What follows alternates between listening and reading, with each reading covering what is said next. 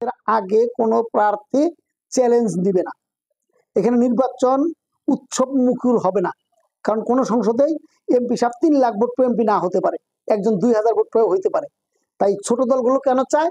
তারা একটা কোঠার মতো চায়, অর্থাৎ যেমন নারী কোঠা আছে। আমি তাদেরকে বলবো আপনারা বোরকা পরেন, হাতে চুড়ি পরেন। ভোটের প্রতিযোগিতার জন্য তাদের মনোবল নাই, তারা নিশ্চিত জানে আমরা পরাজিত হবো, ভোট পাবো না। তাই তারা একটা সুযোগ চাচ্ছে, একটা সুবিধা চাইতেছে, আমরা যেন সংসদে কিছু লুটপাট, কিছু চুরি, কিছু দাওরামি, কিছু বাটপারি করতে পারি। তাই চুরি, বাটপারি, ঘাওরামি করার জন্য ছোট দলগুলো এইখানে পিআরপি পদ্ধতিকে প্রায়োরিটি দিচ্ছে, যে আমরা ওখানে গিয়ে ওখানে সাদরা ভোগ করবো।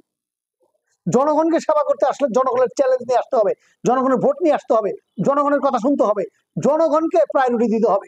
জনগণ যাকে ফার্স্ট প্রায়োরিটি দিবে সেই ক্ষমতায় যাবে। কিসের পিআরপি পদ্ধতি? এটা একটা ভাওতাবাজি, এটা ধান্দাবাজি, এটা বাটপারি একটা পদ্ধতি। এই পদ্ধতি চলতে পারে না, এটা বাংলাদেশের জনগণ মেনে নেবে না।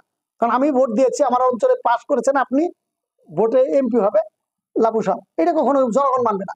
এই পিআরপি পদ্ধতি দিলে আরো বিশৃঙ্খলা সৃষ্টি হবে। নির্বাচনের দিন, নির্বাচনের পরের দিন গণ আন্দোলনের রূপ দিবে। তাই পিআরপি পদ্ধতি আমি আপাতত মেনে নিই না। আমি চাই জাতীয় নির্বাচন প্রতিযোগিতামূলক, পক্ষপাতিত্বমূলক না, এটা যেন নিরপেক্ষ হয় এবং মানুষ যেন ভোট দিতে পারে। ভোট দিতে পারলে আমরা সেখানে নির্বাচিত হবো ইনশাল্লাহ। সকলকে ধন্যবাদ।